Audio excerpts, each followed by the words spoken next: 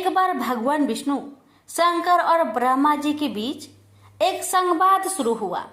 यह संवाद था संसार में एक न्याय अधिकारी को जन्म देने का। यह संवाद तब शुरू हुआ जब देवों और असुरों के बीच लगातार युद्ध हो रहा था। असुरों को लगता था कि जब न्याय की बात आती है तो फैसला देवों के हक में सुनाया जाता है, परंतु असुरों के गुरु शुक्राचार्य को भगवान शंकर पर पूर्ण विश्वास था कि वह देवों के साथ असुरों के हितों की भी रक्षा करेंगे। भगवान शंकर ने अपने परम भक्त शुक्राचार्य को निराश नहीं किया। भगवान शंकर ही थे जिन्होंने शनि देव के जन्म की पटकथा लिखी। शनि देव का जन्म सूर्य पुत्र के रूप में हुआ, जिनकी मां का नाम छाया था। एक पौराणिक कथा के अनुसार छाया ने शनि को एक जंगल में छुपा के रख उनका वही पालन पोषण किया। यम के अलावा शनि भी एक पुत्र है। शनि देव को भी नहीं मालूम था उनके पिता स्वयं सूर्य देव है। लेकिन यह राज बहुत दिनों तक छुपा ना सका, क्योंकि संसार को उनका न्याय अधिकारी मिलना था, जो कर्मों के आधार पर लोगों को न्याय और दंड देगा। इधर देवाधिपति इंद्रदेव और शुक्राचार्य के बीच न्याय अधिकारी के अस्तित्व को जानने के लिए खलबली मची हुई थी। इसी खलबली का नतीजा एक चक्रवात के रूप में आया, जिसका संचालन शुक्राचार्य कर रहे थे। शुक्राचार्य को मोहरा बनाते हुए इंद्रदेव ने एक षड्यंत्र रचा था। सही मायनों में इस चक्रवात के लिए इंद्रदेव जिम्मेदार थे, जिन्होंने असुरों के गुरु शुक्राचार्य को उस्काया। इस चक्रवात की चपेट में शनि की माता छाया आ गई, जिससे शनिदेव नाराज हो गए और शंकर भगवान की कृपा से उन्हें अपनी शक्तियों का बोध हो गया और उन्होंने अपनी मां छाया को बचा लिया। इसके बाद सूर्यदेव चक्रवात से क्रोधित हो गए और उन्होंने शुक्राचार्य और इंद्रदेव को सूर्य लोक में बुलाया, जहां पर चक्रवात के दोषी को दंड देकर न्याय किया जाना था।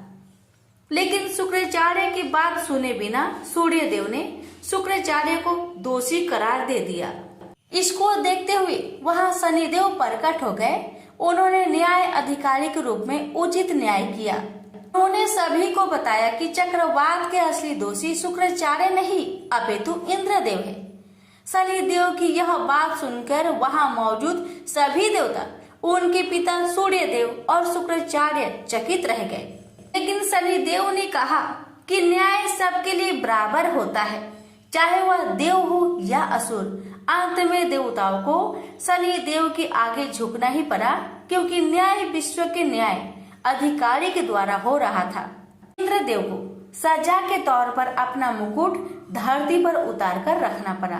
प्रेम से बोलिए शनि महाराज की जय। भगवान शनिदेव का जन्म ऋषि कश्यप के आविर्भाव कत्व यज्ञ से हुआ माना जाता है। लेकिन स्कंद पुराण के काशी खंड अनुसार शनि भगवान के पिता सूर्य और माता का नाम छाया है। उनकी माता को स्वर्णा भी कहते हैं। लेकिन इसके पीछे एक कहानी है। राजा दक्ष की कन्या संज्ञा का विवाह सूर्य देव के साथ हुआ। संज्ञा सूर्य देव के तेज से परेशान रहती थी, तो वह सूर्य देव की अग्नि को कम करने का सोचने लगी। दिन बीतते गए और संज्ञा ने वैवस्वत, मनु, यमराज और यमुना नामक तीनों संतानों को जन्म दिया। फिर संज्ञा ने निर्णय लिया कि वे तपस्या कर सूर्य देव के तेज को किसी भी तरह से कम करेगी। लेकिन बच्चों के पालन और सूर्य देव को इनकी भनक ना लगे, इसके लिए उन्होंने एक युवती निकाली। उन्होंने अपने तप से अपनी ही तरह की एक महिला को पैदा किया और उसका नाम स्वर्णा रखा। यह संज्ञा की छाया की तरह थी, इसलिए इसका नाम छाया हुआ। संज्ञा ने छाया से कहा कि अब से मेरे बच्चों को सूर्य देव की जिम्मेदारी तुम्हारी रहेगी, लेकिन यह राज सिर्फ मेरे और तुम्हारे बीच ही बना रहना चाहिए। यह कहकर संज्ञा वहां से चलकर पिता के घर पहुंची तो पिता ने कहा कि ये तुमने अच्छा नहीं किया, तुम पुनः अपने पति के पास जाओ, जब पिता ने शरण नहीं दी तो संज्ञा वन में चली गई और घोड़ी का रूप धारण करके तपस्या में लीन हो गई। उधर सूर्य देव को जरा भी आभास नहीं हुआ कि उनके साथ रहने वाली संज्ञा नहीं स्वर्णा है। स्वर्णा अपने नारी धर्म का पालन करती रही और छाया रूप होने के कारण उन्हें सूर्य देव के तेज से कोई परेशानी नहीं हुई। सूर्य देव और स्वर्णा के संयोग से भी मनु, शनिदेव और भद्रा 3 संतानें जन्म लिया। कहते हैं कि जब शनिदेव छाया के गर्भ में थे तो छाया ने भगवान शिव का कठोर तपस्या की थी। भूख, प्यास, धूप, गर्मी सहने के कारण उसका प्रभाव छाया के गर्भ में पल रही संतान यानी शनिदेव पर भी पड़ा। फिर जब शनिदेव का जन्म हुआ तो उनका रंग काला निकला। यह रंग देखकर सूर्य को लगा कि यह तो मेरा पुत्र नहीं हो सकता। उन्होंने छाया पर संदेह करते हुए उन्हें अपमानित किया। माँ के तप की शक्ति शनिदेव में भी आ गई। उन्होंने क्रोधित होकर अपने पिता सूर्यदेव को देखा तो सूर्यदेव उनकी शक्ति से काले पड़ गए और उनको कुष्ठ रोग हो गया। अपनी यह दशा देखकर घबराए हुए सूर्यदेव भगवान शिव की शरण में पहुंचे। तब भगवान शिव ने सूर्यदेव को अपनी गलती का एहसास करवाया। सूर्यदेव को अपने किए का पश्चाताप हुआ। उन्होंने क्षमा मांगी। तब कहीं उन्हें फिर से अपना असली रूप वापस मिला। लेकिन इस घटना के चलते पिता और पुत्र का संबंध हमेशा के लिए खराब हो गया। प्रेम से बोलिए जय शनिदेव, सूर्य नारायण की जय। महाराष्ट्र के अहमदनगर जिले में स्थित है सिंगापुर गांव। जिले शनि सिंगापुर के नाम से जाना जाता है। यह गांव हिंदू धर्म के विख्यात शनि देव की वजह से प्रसिद्ध है, क्योंकि इस गांव में शनि देव का चमत्कारी मंदिर स्थित है। आपको शायद यकीन ना हो, लेकिन इस गांव के किसी भी घर या दुकान में दरवाजे नहीं है। कहते हैं कि बीते कुछ समय में गांव अपनी इसी खासियत से देश दुनिया में काफी मशहूर हुआ था। लेकिन यहाँ दरवाजा क्यों नहीं प्रयोग किया जाता है? चलिए अब आपको सिंगापुर मंदिर की कहानी बताते हैं, जिसके चलते सिंगापुर गांव में शनि देव की इतनी महिमा बढ़ गई। कहते हैं एक बार इस गांव में काफी बाढ़ आ गई। पानी इतना बढ़ गया कि सब डूबने लगे। लोगों का कहना है कि उस भयंकर बाढ़ के दौरान कोई दैवीय ताकत पानी में बह रही थी। जब पानी का स्तर कुछ कम हुआ तो एक व्यक्ति ने पेड़ की झाड़ पर एक बड़ा सा पत्थर देखा। ऐसा अजीबोगरीब पत्थर उसने अब तक नहीं देखा था। तो लालचवश उसने उस पत्थर को नीचे उतारा और उसे तोड़ने के लिए जैसे ही उसमें कोई नुकीली वस्तु मारी, उस पत्थर में से खून बहने लगा। यह देखकर वह वहां से भाग खड़ा हुआ और गांव वापस लौटकर उसने सब लोगों को यह बात बताई। सभी दोबारा उस स्थान पर पहुंचे जहां वह पत्थर रखा था। सभी उसे देख भौचक्के रह गए, लेकिन उनकी समझ में यह नहीं आ रहा था कि आखिरकार इस चमत्कारी पत्थर का क्या करे। इसलिए अंततः उन्होंने गांव वापस लौटकर अगले दिन फिर आने का फैसला किया। उसी रात गांव के एक शख्स के सपने में भगवान शनि आए और बोले, मैं शनि देव हूँ, जो पत्थर तुम्हें आज मिला उसे अपने गांव में लाओ और मुझे स्थापित करो। अगली सुबह होते ही उस शख्स ने गांव वालों को सारी बात बताई, जिसके बाद सभी उस पत्थर को उठाने के लिए वापस उसी जगह लौटे। बहुत से लोगों ने प्रयास किया, किंतु वह पत्थर अपनी जगह से 1 इंच भी न हिला। काफी देर तक कोशिश करने के बाद गांव वालों ने यह विचार बनाया कि वापस लौट चलते हैं और कल पत्थर को उठाने के लिए नए तरीके के साथ आएंगे। उस रात फिर से शनिदेव उस शख्स के सपने में आए और उसे यह बता गए कि वह पत्थर कैसे उठाया जा सकता है। उन्होंने बताया कि मैं उस स्थान से तभी हिलूंगा जब मुझे उठाने वाले लोग सगे मामा भांजा के रिश्ते के होंगे। अभी से यह मान्यता है कि इस मंदिर में यदि मामा भांजा दर्शन करने जाए तो अधिक फायदा होता है। इसके बाद पत्थर को उठाकर एक बड़े से मैदान में सूर्य की रोशनी के तले स्थापित किया गया। आज सिंगापुर गांव के शनि सिंगापुर मंदिर में यदि आप जाए तो प्रवेश करने के बाद कुछ आगे चलकर ही आपको खुला मैदान दिखाई देगा। उस जगह के बीचों बीच स्थापित शनि देव जी, वहां जाने वाले आस्थावान लोग केसरी रंग के वस्त्र पहनकर ही जाते हैं। कहते हैं मंदिर में कथित तौर पर कोई पुजारी नहीं है। भक्त प्रवेश करके शनि देव जी के दर्शन करके सीधा मंदिर से बाहर निकल जाते हैं।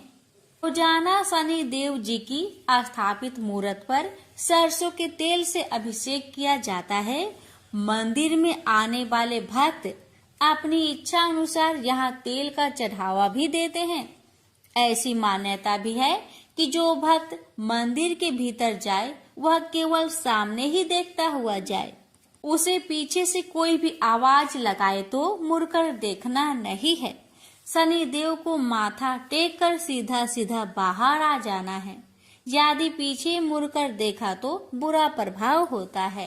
प्रेम से बोलिए शनि भगवान जी की जय। हे शनि भगवान, आपकी कथा कहने वाले, सुनने वाले, हुक्कार भरने वाले सभी भक्तों पर अपनी कृपा सदा सर्वदा बनाए रखना। प्रेम से बोलिए शनि महाराज की जय। एक ब्राह्मण को सपने में नीली घोड़ी पर नीली कपड़े पहने एक आदमी दिखाई देता था और कहता है, हे ब्राह्मण देवता, मैं तेरे लगूंगा। ब्राह्मण घबरा कर उठ गया। अगले दिन यही सपना उसे फिर आता है। यह सपना उसे रोज आने लगा। वह परेशान हो गया और चिंता के मारे दुबला होने लगा। उसकी पत्नी ने कारण पूछा तो उसने सपने के बारे में बताया। ब्राह्मणी बोली, वे अवश्य ही शनि महाराज होंगे। आपकी बार दिखे तो कहना लग जाओ, पर 1:15 से ज्यादा मत लगना। उस दिन सपने आने पर ब्राह्मण ने कहा, लग जाओ, पर कितने समय के लिए लगोगे? शनि जी बोले, 7.5 वर्ष का लगूंगा। ब्राह्मण ने कहा, क्षमा करे शनि जी, इतना भारी तो मुझसे झेला नहीं जाएगा। तब शनि जी बोले, तो 5 वर्ष का लग जाऊंगा। ब्राह्मण बोला, यह भी मेरे लिए ज्यादा है। शनि जी बोले, 2.5 साल का लग जाऊं। ब्राह्मण ने मना किया तो शनि जी कहने लगे, 1.15 का तो लगूंगा ही, इतना तो कोढ़ी कलंगी भिखारी के भी लग जाता हूँ। तब ब्राह्मण ने कहा, ठीक है। ब्राह्मण को 1.15 की शनि की दशा लग गई। ब्राह्मण ने नींद से जागकर ब्राह्मण से कहा, मेरे 1.15 शनि की दशा लग गई है, इसलिए मैं जंगल में जाकर यह समय बिताऊंगा। मेरे लिए खाने पीने का सामान बांध दे। मेरे पीछे से किसी से लड़ाई झगड़ा ना हो, इसका ध्यान रखना। ज्यादातर घर में ही रहना। बच्चों का भी ध्यान रखना। इस 1.15 के समय में कोई गाली भी दे तो चुपचाप सुन लेना, बहस मत करना। यह सब समझाकर ब्राह्मण जंगल में चला गया। जंगल में ब्राह्मण एक पीपल के पेड़ के नीचे बैठ गया और हनुमान जी का पाठ करने लगा। 1 पहर बीत गया। ब्राह्मण ने सोचा बाकी बचा समय रास्ते में बीत जाएगा, इसलिए वहां से चल दिया। रास्ते में एक बाड़ी में मतीरे लगे देखे। माली से एक मतीरा खरीदा, पोटली में बांधा और आगे बढ़ा। आगे एक आदमी मिला जो असल में शनिदेव थे। ब्राह्मण से पूछा, पोटली में क्या है? उसने कहा, मतीरा है। शनिदेव बोले, दिखाओ। ब्राह्मण ने पोटली खोली। उसमें राजकुमार का कटा हुआ खून से लथपथ सिर दिखा। शनिदेव ब्राह्मण को राजा के पास ले गए और कहा कि इस ब्राह्मण ने राजकुमार की हत्या कर दी है। इसके पास पोटली में राजकुमार का सिर है। राजा ने कहा, मैं यह नहीं देख सकता। इस ब्राह्मण को सूली पर चढ़ा दो। राजा के यहाँ हाहाकार मच गया।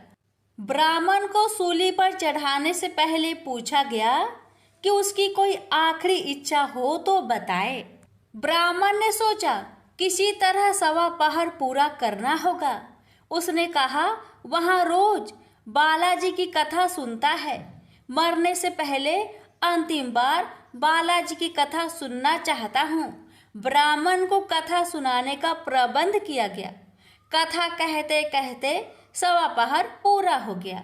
शनि की दशा टलते ही राजकुमार शिकार खेलकर लौटता हुआ दिखाई दिया। राजकुमार को आता देख राजा बहुत खुश हुआ, लेकिन उसे निर्दोष ब्राह्मण की हत्या का दोष लगने का डर सताने लगा। उसने तुरंत घोड़सवार सैनिकों को ब्राह्मण को आदर सहित ले आने के लिए भेजा। ब्राह्मण राज दरबार में आया तो राजा ने क्षमा मांगी और पोटली दिखाने के लिए कहा। पोटली खोली तो उसमें मतीरा था। राजा ने इन सब के बारे में पूछा तो ब्राह्मण ने बताया, मुझे 1.25 पहर की शनिचर की दशा लगी थी, इस कारण यह सब तमाशा हुआ। राजा ने पूछा, यह दशा कैसे टलती है? ब्राह्मण बोला, राजा, यह सेठ के लगे तो काला हाथी या काला घोड़ा दान करे, गरीब के लगे तो पीपल की पूजा करे तब बोले, साचा शनिचर कहिए, जाके पाओ सदा ही पढ़िए।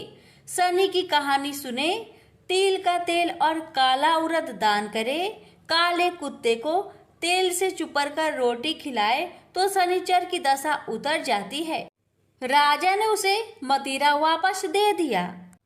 घर आकर ब्राह्मण ने मतीरा काटा तो उसमें बीज की जगह हीरे मोती निकले। ब्राह्मण ने पूछा, यह कहाँ से लाए? आप तो कह रहे थे कि शनि की दशा लगी है। ब्राह्मण ने कहा, जब दशा लगी थी तो यही मतीरा राजकुमार का सिर बन गया था। उतरती दशा के शनि जी निहाल कर गए। हे शनि देवता, जैसे ब्राह्मण के शनि की दशा लगी वैसे किसी को ना लगे। प्रेम से बोलिए शनि देव की जय। एक समय स्वर्ग लोक में सबसे बड़ा कौन के प्रश्न पर 9 ग्रहों में वाद विवाद हो गया। विवाद इतना बढ़ा कि परस्पर भयंकर युद्ध की स्थिति बन गई। निर्णय के लिए सभी देवता देवराज इंद्र के पास पहुंचे और बोले, हे देवराज, आपको निर्णय करना होगा कि हम में से सबसे बड़ा कौन है।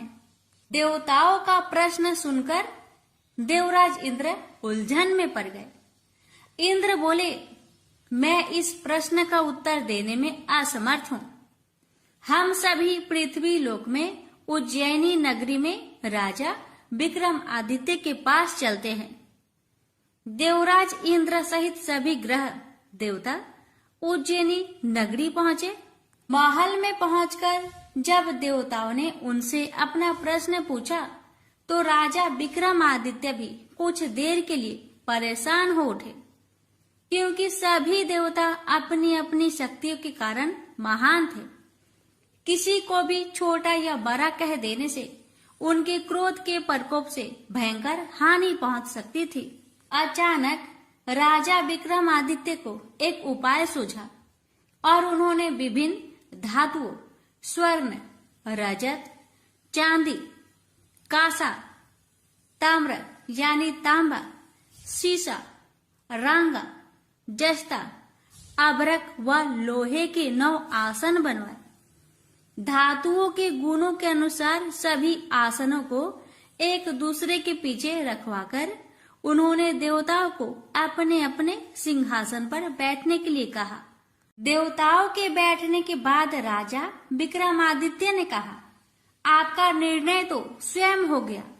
जो सबसे पहले सिंहासन पर विराजमान है वही सबसे बड़ा है। राजा विक्रमादित्य के निर्णय को सुनकर शनि देवता ने सबसे पीछे आसन पर बैठने के कारण अपने को छोटा जानकर क्रोधित होकर कहा, राजा विक्रमादित्य, तुमने मुझे सबसे पीछे बैठाकर मेरा अपमान किया है। तुम मेरी शक्तियों से परिचित नहीं हो, मैं तुम्हारा सर्वनाश कर दूंगा। शनि ने कहा, सूर्य एक राशि पर 1 महीने, चंद्रमा 2.25 दिन, मंगल 1.5 महीने, बुध और शुक्र 1 महीने, बृहस्पति 13 महीने रहते हैं, लेकिन मैं किसी राशि पर 7.5 वर्ष 7.5 तक रहता हूँ। बड़े बड़े देवताओं को मैंने अपने प्रकोप से पीड़ित किया है। राम को 7.5 के कारण ही वन में जाकर रहना पड़ा और रावण को 7.5 के कारण ही युद्ध में मृत्यु का शिकार बनना पड़ा। राजा, तू भी मेरे प्रकोप से नहीं बच सकेगा। इसके बाद अन्य ग्रहों के देवता तो प्रसन्नता के साथ चले गए, परंतु शनिदेव बड़े क्रोध के साथ वहां से विदा हुए। राजा विक्रमादित्य पहले की तरह ही न्याय करते रहे। अन्य राज्यों में सभी स्त्री पुरुष बहुत आनंद से जीवन यापन कर रहे थे। कुछ दिन ऐसे ही बीत गए। उधर शनि देवता अपने अपमान को भूले नहीं थे। विक्रम आदित्य से बदला लेने के लिए एक दिन शनिदेव ने घोड़े के व्यापारी का रूप धारण किया और बहुत से घोड़े के साथ उज्जैनी नगरी पहुंचे। राजा विक्रमादित्य ने राज्य में किसी घोड़े के व्यापारी की आने के समाचार सुना तो अपने अश्वपाल को कुछ घोड़े खरीदने के लिए भेजा। घोड़े बहुत कीमती थे। तो पाल ने जब वापस लौटकर इस संबंध में बताया तो राजा विक्रम आदित्य ने स्वयं आकर एक सुंदर व शक्तिशाली घोड़े को पसंद किया। घोड़े की चाल देखने के लिए राजा उस घोड़े पर सवार हुए तो वह घोड़ा बिजली की गति से दौड़ पड़ा। तेजी से दौड़ता घोड़ा राजा को दूर एक जंगल में ले गया और फिर राजा को वहां गिराकर जंगल में कहीं गायब हो गया। राजा अपने नगर को लौटने के लिए जंगल में भटकने लगा, लेकिन उन्हें लौटने का कोई रास्ता नहीं मिला। राजा को भूख प्यास लगाई। बहुत घूमने पर उसे एक चरवाहा मिला। राजा ने उससे पानी मांगा। पानी पीकर राजा ने उस चरवाहे को अपनी अंगूठी दे दी। फिर उससे रास्ता पूछकर वह जंगल से निकलकर पास के नगर में पहुंचा। राजा ने एक सेठ की दुकान पर बैठकर कुछ देर आराम किया। उस सेठ ने राजा से बातचीत की तो राजा ने उसे बताया कि मैं उज्जैनी नगरी से आया हूँ। राजा के कुछ देर दुकान पर बैठने से सेठ जी की बहुत बिक्री हुई। सेठ ने राजा को बहुत भाग्यवान समझा और खुश होकर उसे अपने घर भोजन के लिए ले गया। सेठ के घर में सोने का एक हार खूंटी पर लटका हुआ था। राजा को उस कमरे में छोड़कर सेठ कुछ देर के लिए बाहर गया। तभी एक आश्चर्यजनक घटना घटी। राजा के देखते देखते सोने के उस हार को खूंटी निकल गई। सेठ ने कमरे में लौटकर हार को गायब देखा तो चोरी का संदेह राजा पर ही किया, क्योंकि उस कमरे में राजा ही अकेला बैठा था। सेठ ने अपने नौकरों से कहा कि इस परदेशी को रस्सियों से बांधकर नगर के राजा के पास ले चलो। राजा ने विक्रमादित्य से हार के बारे में पूछा तो उसने बताया कि उसके देखते ही देखते खूंटी ने हार को निगल लिया था। इस पर राजा ने क्रोधित होकर चोरी करने के अपराध में विक्रमादित्य के हाथ पांव कटवाने का आदेश दे दिया। राजा विक्रमादित्य के हाथ पांव काटकर उसे नगर के सड़क पर छोड़ दिया गया। कुछ दिन बाद एक तेली उसे उठाकर अपने घर ले गया और उसे अपने कोल्हू पर बैठा दिया। राजा आवाज देकर बैलों को हाँकता रहता। इस तरह तेली का बैल चलता रहा और राजा को भोजन मिलता रहा। शनि के प्रकोप की 7.5 पूरी होने पर वर्षा ऋतु आरंभ हुई। राजा विक्रमादित्य एक रात मेघ मल्हार गा रहा था कि तभी नगर के राजा की लड़की राजकुमारी मोहिनी रथ पर सवार उस तेली के घर के पास से गुजरी। उसने मेघ मल्हार सुना तो उसे बहुत अच्छा लगा और दासी को भेजकर गाने वाले को बुला लाने को कहा। दासी ने लौटकर राजकुमारी को अपंग राजा के बारे में सब कुछ बता दिया। राजकुमारी उसके मेघ मल्हार से बहुत मोहित हुई, अतः उसने सब कुछ जानकर भी अपंग राजा से विवाह करने का निश्चय कर लिया। राजकुमारी ने अपने माता पिता से जब यह बात कही तो वे हैरान रह गए। रानी ने मोहिनी को समझाया, बेटी तेरे भाग्य में तो किसी राजा की रानी होना लिखा है, फिर तू उस अपंग से विवाह करके अपने पांव पर कुल्हाड़ी क्यों मार रही है। राजकुमारी ने अपनी जिद नहीं छोड़ी। अपनी जिद पूरी करने के लिए उसने भोजन करना छोड़ दिया और प्राण त्याग देने का निश्चय कर लिया। आखिर राजा रानी को विवश होकर अपंग विक्रमादित्य से राजकुमारी का विवाह करना पड़ा। विवाह के बाद राजा विक्रमादित्य और राजकुमारी तेली के घर में रहने लगे। उस रात स्वप्न में शनिदेव ने राजा से कहा, राजा तुमने मेरा प्रकोप देख लिया, मैंने तुम्हें अपने अपमान का दंड दिया है। राजा ने शनिदेव से क्षमा करने को कहा और प्रार्थना की, हे शनिदेव, आपने जितना दुख मुझे दिया है अन्य किसी को न देना। शनिदेव ने कुछ सोचकर कहा, राजा मैं तुम्हारी प्रार्थना स्वीकार करता हूँ। जो कोई स्त्री पुरुष मेरी पूजा करेगा, शनिवार को व्रत करके मेरी व्रत कथा सुनेगा, उस पर मेरी अनुकंपा बनी रहेगी। प्रातः काल राजा विक्रमादित्य की नींद खुली तो अपने हाथ पांव देखकर राजा को बहुत खुशी हुई। उसने मन ही मन शनिदेव को प्रणाम किया। राजकुमारी भी राजा के हाथ पांव सही सलामत देखकर आश्चर्य में डूब गई। राजा विक्रमादित्य ने अपना परिचय देते हुए शनिदेव के प्रकोप की सारी कहानी सुनाई। सेठ को जब इस बात का पता चला तो दौड़ता हुआ तेली के घर पहुंचा और राजा के चरणों में गिरकर क्षमा मांगने लगा। राजा ने उसे क्षमा कर दिया क्योंकि यह सब तो शनिदेव के प्रकोप के कारण हुआ था। सेठ राजा को अपने घर ले गया और उसे भोजन कराया। भोजन कराते समय वहां एक आश्चर्यजनक घटना घटी। सबके देखते देखते उस खूंटी ने हार उगल दिया। सेठ जी ने अपनी बेटी का विवाह भी राजा के साथ कर दिया और बहुत से स्वर्ण आभूषण धन आदि देकर राजा को विदा किया।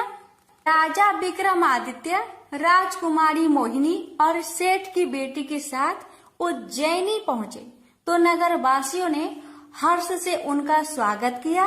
अगले दिन राजा विक्रमादित्य ने पूरे राज्य में घोषणा कराई कि शनिदेव सब देवों में सर्वश्रेष्ठ है। प्रत्येक स्त्री पुरुष शनिवार को उनका व्रत करे और व्रत कथा अवश्य सुने। राजा विक्रमादित्य की घोषणा से शनिदेव बहुत प्रसन्न हुए। शनिवार का व्रत करने और व्रत कथा सुनने के कारण सभी लोगों की मनोकामनाएं शनिदेव की अनुकंपा से पूरी होने लगी। सभी लोग आनंद पूर्वक रहने लगे। प्रेम से बोलिए शनि महाराज की जय हो। एक बार भगवान विष्णु, शंकर और ब्रह्मा जी के बीच एक संवाद शुरू हुआ।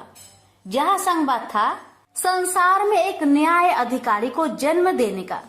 यह संवाद तब शुरू हुआ जब देवों और असुरों के बीच लगातार युद्ध हो रहा था। असुरों को लगता था कि जब न्याय की बात आती है तो फैसला देवों के हक में सुनाया जाता है, परंतु असुरों के गुरु शुक्राचार्य को भगवान शंकर पर पूर्ण विश्वास था कि वह देवों के साथ असुरों के हितों की भी रक्षा करेंगे। भगवान शंकर ने अपने परम भक्त शुक्राचार्य को निराश नहीं किया। भगवान शंकर ही थे जिन्होंने शनिदेव के जन्म की पथकथा लिखी। शनिदेव का जन्म सूर्य पुत्र के रूप में हुआ, जिनकी मां का नाम छाया था। एक पौराणिक कथा के अनुसार छाया ने शनि को एक जंगल में छुपा के रख उनका वही पालन पोषण किया। यम के अलावा शनि भी एक पुत्र है। शनि देव को भी नहीं मालूम था उनके पिता स्वयं सूर्य देव है। लेकिन यह राज बहुत दिनों तक छुपा ना सका, क्योंकि संसार को उनका न्याय अधिकारी मिलना था, जो कर्मों के आधार पर लोगों को न्याय और दंड देगा। इधर देवाधिपति इंद्रदेव और शुक्राचार्य के बीच न्याय अधिकारी के अस्तित्व को जानने के लिए खलबली मची हुई थी। इसी खलबली का नतीजा एक चक्रवात के रूप में आया, जिसका संचालन शुक्राचार्य कर रहे थे। शुक्राचार्य को मोहरा बनाते हुए इंद्रदेव ने एक षड्यंत्र रचा था। सही मायनों में इस चक्रवात के लिए इंद्रदेव जिम्मेदार थे, जिन्होंने असुरों के गुरु शुक्राचार्य को उस्काया। इस चक्रवात की चपेट में शनि की माता छाया आ गई, जिससे शनिदेव नाराज हो गए और शंकर भगवान की कृपा से उन्हें अपनी शक्तियों का बोध हो गया और उन्होंने अपनी मां छाया को बचा लिया। इसके बाद सूर्यदेव चक्रवात से क्रोधित हो गए और उन्होंने शुक्राचार्य और इंद्रदेव को सूर्य लोक में बुलाया, जहां पर चक्रवात के दोषी को दंड देकर न्याय किया जाना था। लेकिन शुक्राचार्य की बात सुने बिना सूर्यदेव ने शुक्राचार्य को दोषी करार दे दिया। इसको देखते हुए वहां शनिदेव प्रकट हो गए। उन्होंने न्याय अधिकारी के रूप में उचित न्याय किया। उन्होंने सभी को बताया कि चक्रवात के असली दोषी शुक्राचार्य नहीं अपितु इंद्रदेव है। शनिदेव की यह बात सुनकर वहां मौजूद सभी देवता, उनके पिता सूर्यदेव और शुक्राचार्य चकित रह गए। लेकिन शनिदेव ने कहा कि न्याय सबके लिए बराबर होता है, चाहे वह देव हो या असुर। अंत में देवताओं को शनिदेव के आगे झुकना ही पड़ा, क्योंकि न्याय विश्व के न्याय अधिकारी के द्वारा हो रहा था। इंद्रदेव को सजा के तौर पर अपना मुकुट धरती पर उतार कर रखना पड़ा। प्रेम से बोलिए शनि महाराज की जय। भगवान शनिदेव की जन्म कथा हमें पुराणों में अलग अलग वर्णन के साथ मिलती है। शनिदेव का जन्म ज्येष्ठ माह के कृष्ण अमावस्या के दिन हुआ था। हालांकि कुछ ग्रंथों में शनिदेव का जन्म भाद्रपद मास की शनि अमावस्या को माना गया है। एक अन्य कथा अनुसार भगवान शनिदेव का जन्म ऋषि कश्यप के आविर्भाव तत्व यज्ञ से हुआ माना जाता है। लेकिन स्कंद पुराण के काशी खंड अनुसार शनि भगवान के पिता सूर्य और माता का नाम छाया है। उनकी माता को स्वर्णा भी कहते हैं। लेकिन इसके पीछे एक कहानी है। राजा दक्ष की कन्या संज्ञा का विवाह सूर्य देव के साथ हुआ। संज्ञा सूर्य देव के तेज से परेशान रहती थी, तो वह सूर्य देव की अग्नि को कम करने का सोचने लगी। दिन बीतते गए और संज्ञा ने वैवस्वत, मनु, यमराज और यमुना नामक तीनों संतानों को जन्म दिया। फिर संज्ञा ने निर्णय लिया कि वे तपस्या कर सूर्य देव के तेज को किसी भी तरह से कम करेगी। लेकिन बच्चों के पालन और सूर्य देव को इनकी भनक ना लगे, इसके लिए उन्होंने एक युवती निकाली। उन्होंने अपने तप से अपनी ही तरह की एक महिला को पैदा किया और उसका नाम स्वर्णा रखा। यह संज्ञा की छाया की तरह थी, इसलिए इसका नाम छाया हुआ। संज्ञा ने छाया से कहा कि आपसे मेरे बच्चों को सूर्य देव की जिम्मेदारी तुम्हारी रहेगी, लेकिन यह राज सिर्फ मेरे और तुम्हारे बीच ही बना रहना चाहिए। यह कहकर संज्ञा वहां से चलकर पिता के घर पहुंची, तो पिता ने कहा कि ये तुमने अच्छा नहीं किया, तुम पुनः अपने पति के पास जाओ। जब पिता ने शरण नहीं दी तो संज्ञा वन में चली गई और घोड़ी का रूप धारण करके तपस्या में लीन हो गई। उधर सूर्य देव को जरा भी आभास नहीं हुआ कि उनके साथ रहने वाली संज्ञा नहीं स्वर्णा है। स्वर्णा अपने नारी धर्म का पालन करती रही और छाया रूप होने के कारण उन्हें सूर्य देव के तेज से कोई परेशानी नहीं हुई। सूर्य देव और स्वर्णा के संयोग से भी मनु, शनिदेव और भद्रा 3 संतानें जन्म लिया। कहते हैं कि जब शनिदेव छाया के गर्भ में थे तो छाया ने भगवान शिव का कठोर तपस्या की थी।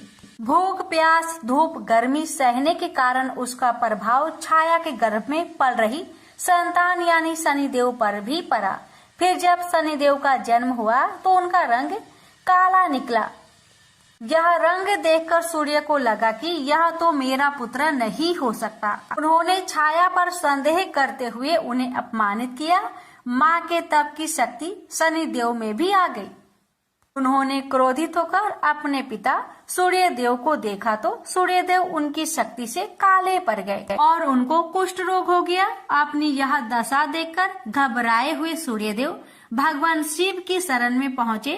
तब भगवान शिव ने सूर्यदेव को अपनी गलती का एहसास करवाया। सूर्यदेव को अपने किए का पश्चाताप हुआ। उन्होंने क्षमा मांगी। तब कहीं उन्हें फिर से अपना असली रूप वापस मिला।